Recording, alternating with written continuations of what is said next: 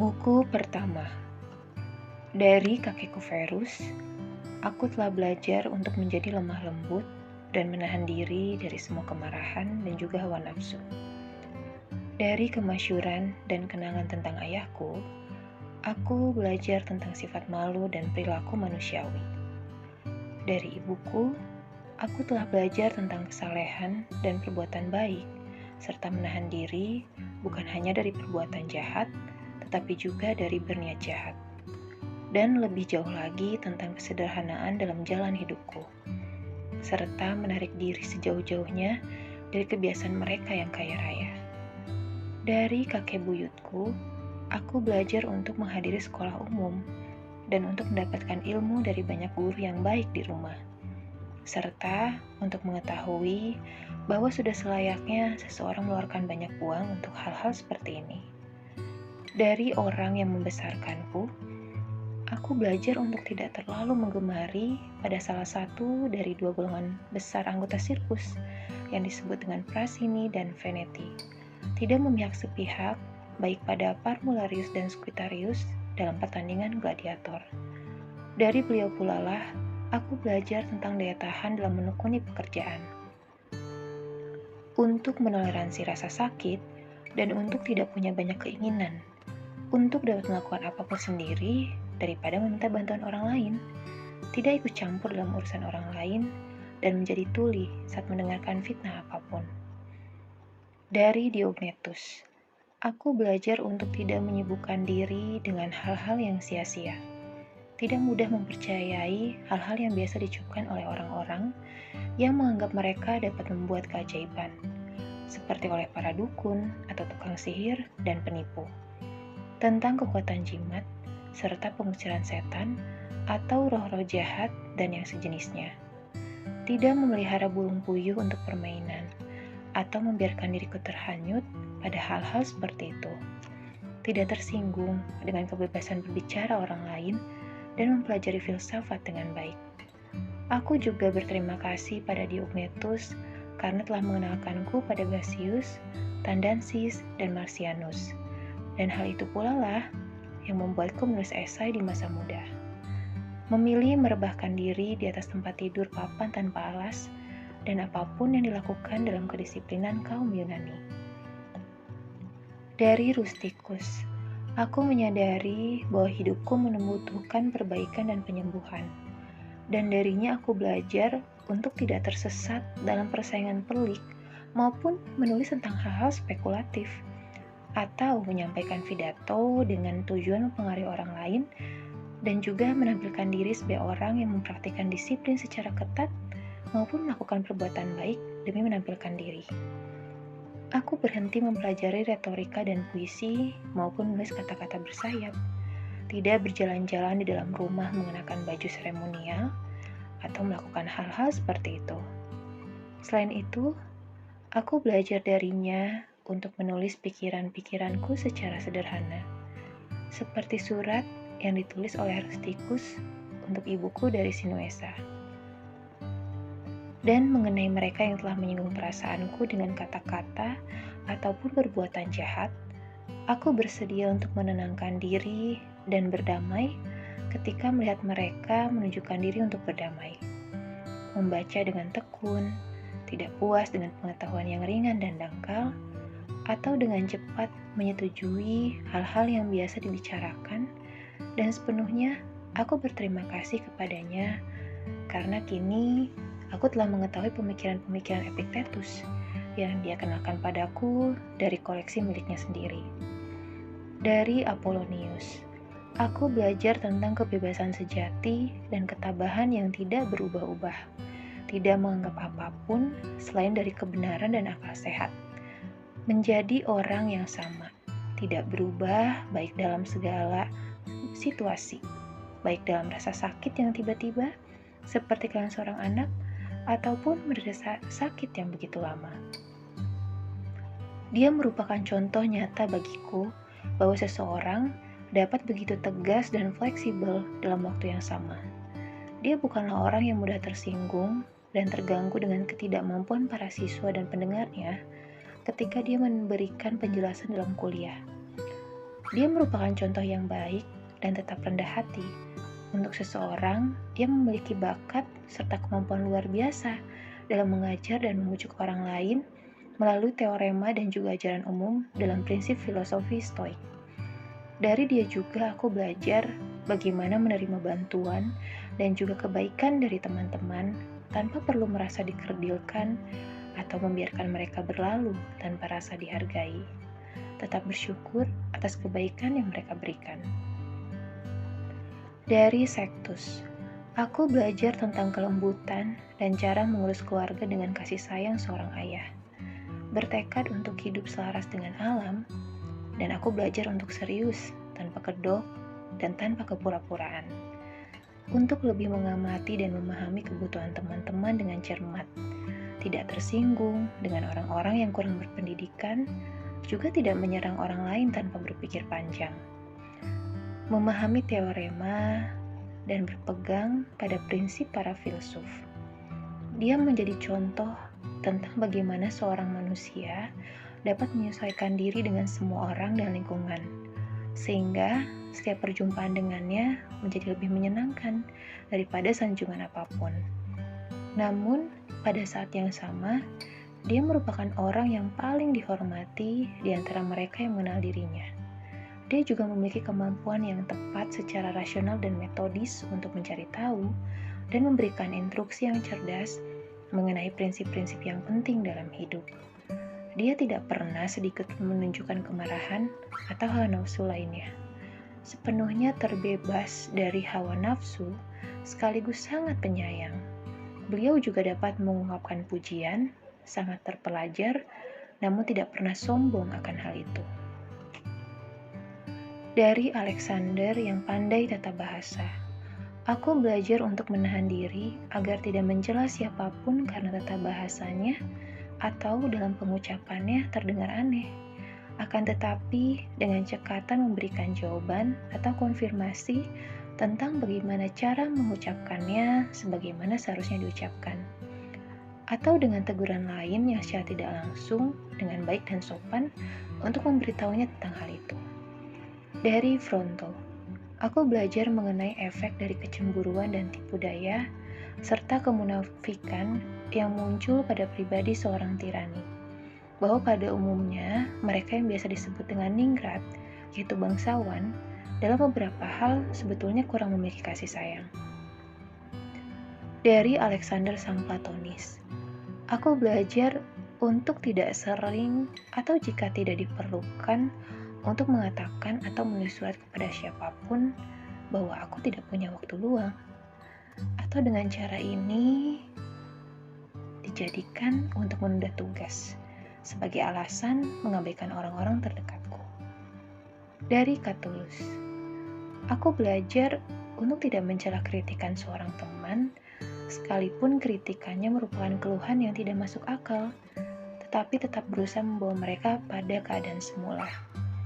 Aku juga dengan senang hati memberikan pujian pada guru-guru di berbagai kesempatan, sebagaimana yang dilakukan oleh Domitius dan Athenodotus, dan juga mencintai anak-anakku dengan kasih sayang yang tulus. Dari saudaraku Severus, aku belajar untuk bersikap baik dan penuh kasih kepada semua orang di rumah dan juga keluargaku. Dari merekalah aku mengenal Thrasea, Helvidius, Cato, Dio, dan Brutus. Dia juga yang membuatku belajar mengenai gagasan tentang tata cara pemerintahan, di mana hukum perundang-undangan yang sama berlaku bagi semua orang tanpa kecuali. Sebuah hukum yang dikelola sedemikian rupa agar rakyat mendapatkan hak yang sama, memiliki kebebasan berbicara yang setara, dan juga menghormati kebebasan. Aku belajar dari dia tentang konsistensi dan rasa hormat tak tergoyahkan pada filsafat dan dorongan dari dalam diri untuk melakukan hal-hal baik dan selalu bersiap memberi kepada orang lain dan juga memberikan harapan-harapan baik, serta percaya bahwa teman-temanku mencintai aku. Selain itu, aku mengamati keterbukaan berpendapat tentang pihak-pihak yang dia kecam dan teman-temannya tidak perlu peduli, apalagi sibuk menduga-duga tentang apa yang dia inginkan maupun apa yang dia tidak inginkan, karena hal itu telah disampaikannya secara gamblang tanpa basa-basi. Dari Claudius Maximus, aku harus berusaha memiliki kendali atas diri sendiri dalam segala hal, tidak terbawa-bawa dalam situasi, tetap ceria dan berani dalam segala situasi, bahkan seperti saat sakit, mencintai kelembutan, bermartabat, dan moral yang seimbang. Melakukan apapun yang ditugaskan kepadaku dengan sungguh-sungguh tanpa berkeluh kesah. Apapun yang dia katakan, semua orang mempercayainya, bahwa apa yang dia ucapkan, dia pikirkan, dan apapun yang dia lakukan, dia melakukannya dengan niat baik. Dia tidak pernah terkejut oleh siapapun, tidak pernah tergesa-gesa, namun tidak pernah lamban. Juga tidak terlihat bingung ataupun sedih, tidak pernah menunda-nunda segala sesuatu, atau tertawa basa-basi untuk menutupi kekesalannya, dan sebaliknya.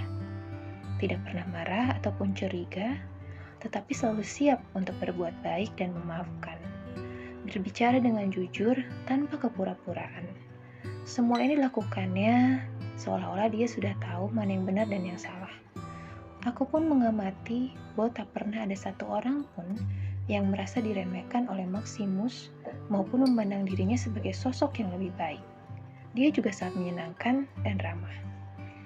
Dari ayahku, aku mengamati kelembutannya, keteguhannya tanpa ragu-ragu terhadap hal-hal yang dia yakini setelah dia melakukan perenungan yang panjang.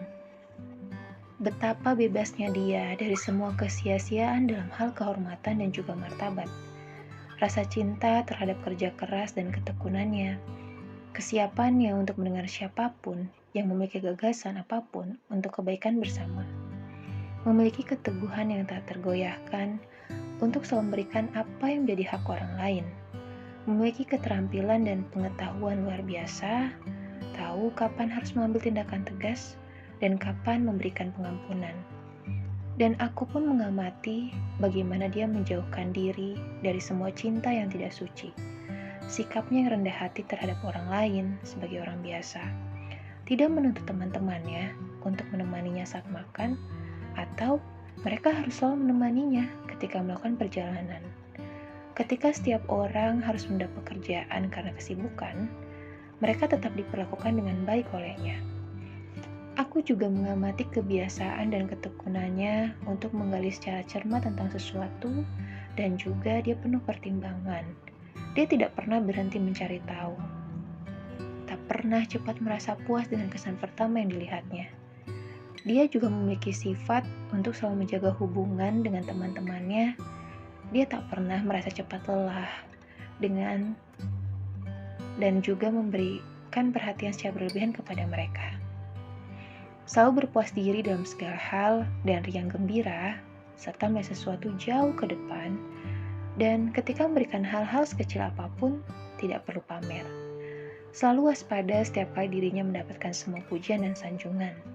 Selalu berhati-hati dan mengamati semua hal, memperhitungkan segala hal, dan betapa sabarnya dia menanggung kesalahan beberapa orang.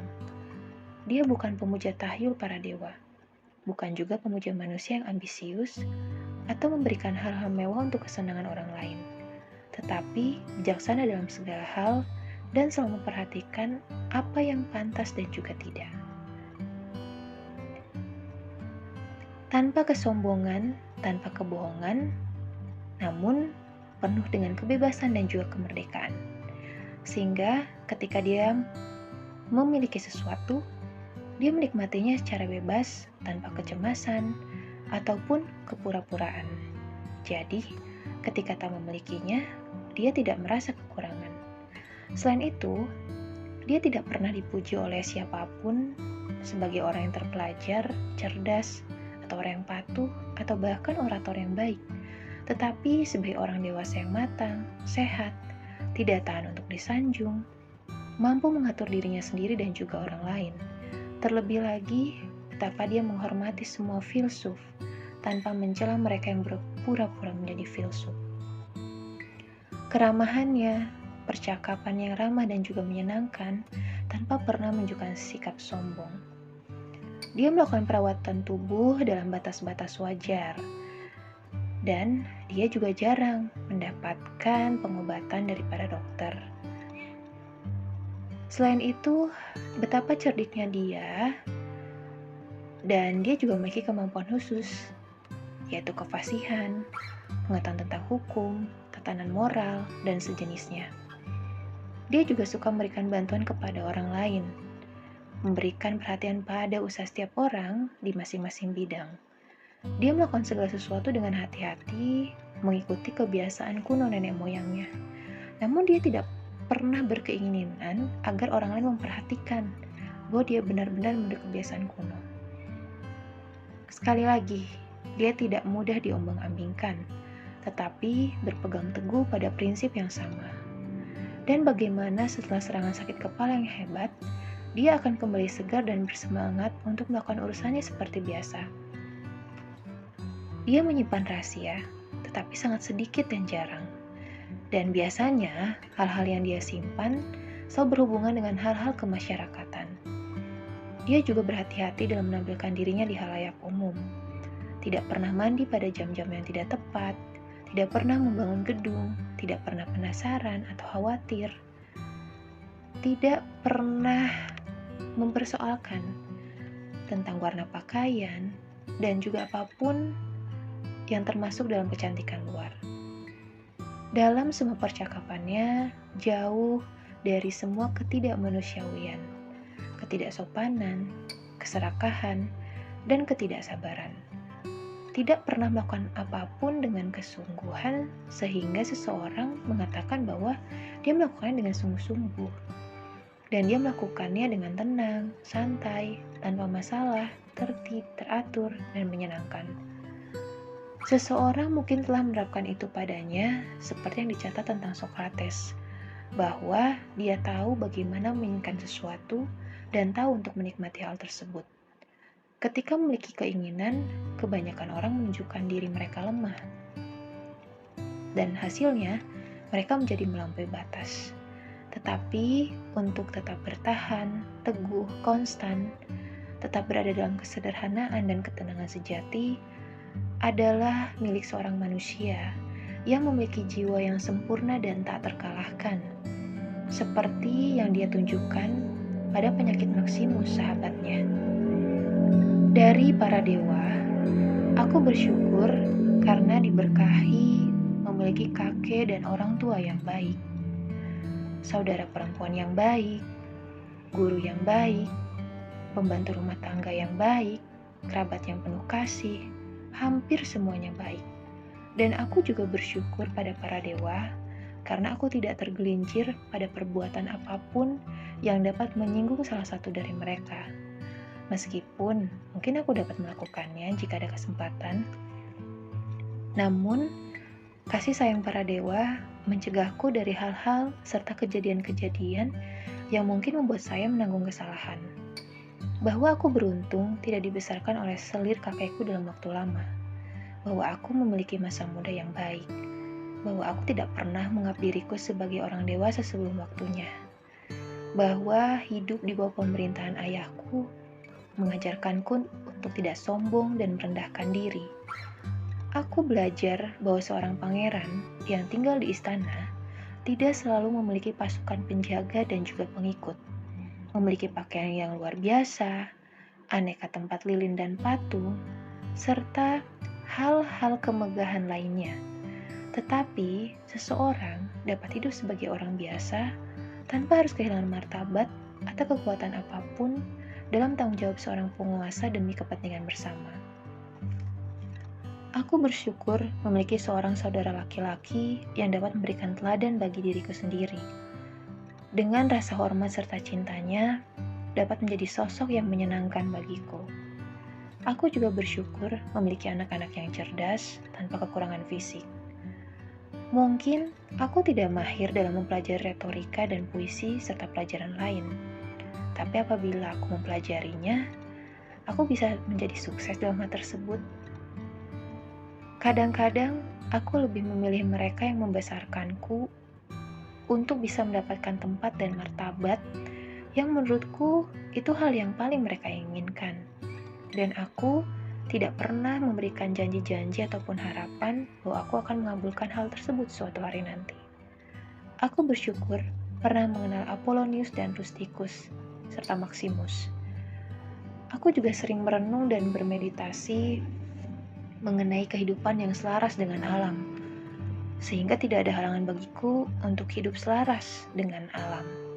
Namun aku menyadari bahwa keadaanku saat ini yang belum memungkinkan diriku untuk hidup selaras dengan alam. Dan hal itu terjadi karena aku tidak mengikuti petunjuk dan perintah dari para dewa. Bahwa tubuhku mampu bertahan begitu lama dalam kehidupan seperti itu. Aku tidak pernah berhubungan dengan Benedikta dan Theodotus. Bahkan ketika aku jatuh cinta, aku segera sembuh. Meskipun aku sering tidak senang dengan Rusticus, tapi aku tidak pernah melakukan apapun yang membuatku dapat menyesal di kemudian hari. Ibuku pernah didiagnosa akan mati muda, namun dia hidup bersamaku hingga akhir hayatnya. Aku juga sering memiliki niat untuk membantu siapapun yang kekurangan atau dalam kondisi membutuhkan. Tapi aku pun tidak pernah diberitahu bahwa tidak ada cukup uang untuk melakukan hal tersebut. Dan aku pun tidak pernah memiliki kesempatan seperti itu untuk minta bantuan serupa dari orang lain. Aku punya istri yang begitu patuh, begitu penyayang, begitu cerdas, dan aku juga memiliki guru-guru yang baik untuk anak-anakku. Dalam mimpi, aku juga diberikan bantuan seperti ketika aku mengalami pendarahan, lalu ketika aku mengalami sakit kepala, seperti yang terjadi padaku di Kayeta, seperti pada Krises ketika dia berdoa di tepi pantai. Dan ketika pertama kali aku belajar filsafat, aku tidak jatuh ke tangan beberapa sofis, atau menghabiskan waktu untuk membaca banyak buku filsuf biasa. Dan juga aku tidak ada dalam situasi untuk adu argumen dan juga kesalahan, atau bahkan menghabiskan waktu untuk mempelajari tentang meteor dan keajaiban alam lainnya. Semua hal ini sungguh membutuhkan bantuan para dewa dan keberuntungan. Ditulis di antara kaum Koadi di Sungai Granua. Awali pagi hari dengan mengatakan pada dirimu sendiri, hari ini aku akan berurusan dengan orang-orang yang hanya ingin tahu, dengan orang-orang yang tidak tahu berterima kasih, dengan orang-orang yang licik, yang curang, iri hati, orang-orang yang tidak ramah, dan juga orang yang tidak murah hati. Semua ini terjadi karena mereka abai dengan arti kebaikan dan juga kejahatan.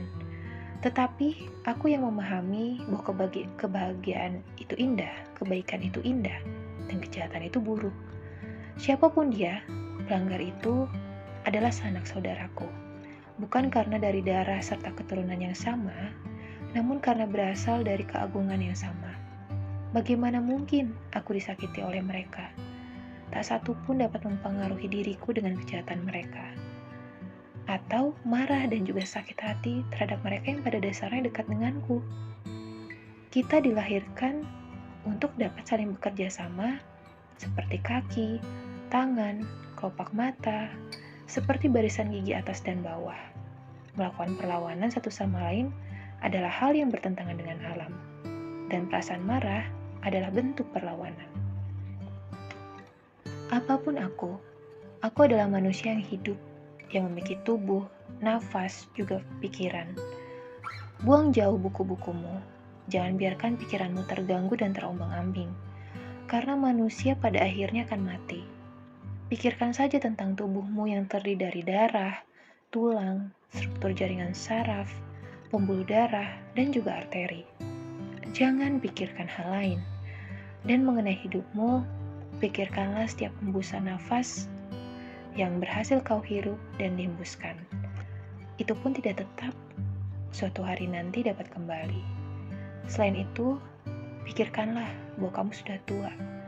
Jangan mudah terbawa hawa nafsu dan tidak perlu takut akan sesuatu yang belum terjadi di masa mendatang. Nyatanya, takdirmu sudah ditentukan. Apapun yang berasal dari para dewa dan akan diberikan kepada siapapun sepenuhnya bergantung pada hubungan mereka dengan Tuhannya. Ada hal-hal yang terjadi karena keberuntungan, dan hal tersebut memiliki hubungan dengan alam. Segala sesuatu mengalir apa adanya, dan biarlah segala macam perubahan menjadi satu. Jagalah tatanan alam semesta, cukuplah prinsip ini bagimu. Janganlah kamu meninggal dalam posisi penggerutu, tetapi dalam posisi riang gembira. Dan dari hati bersyukur kepada para dewa.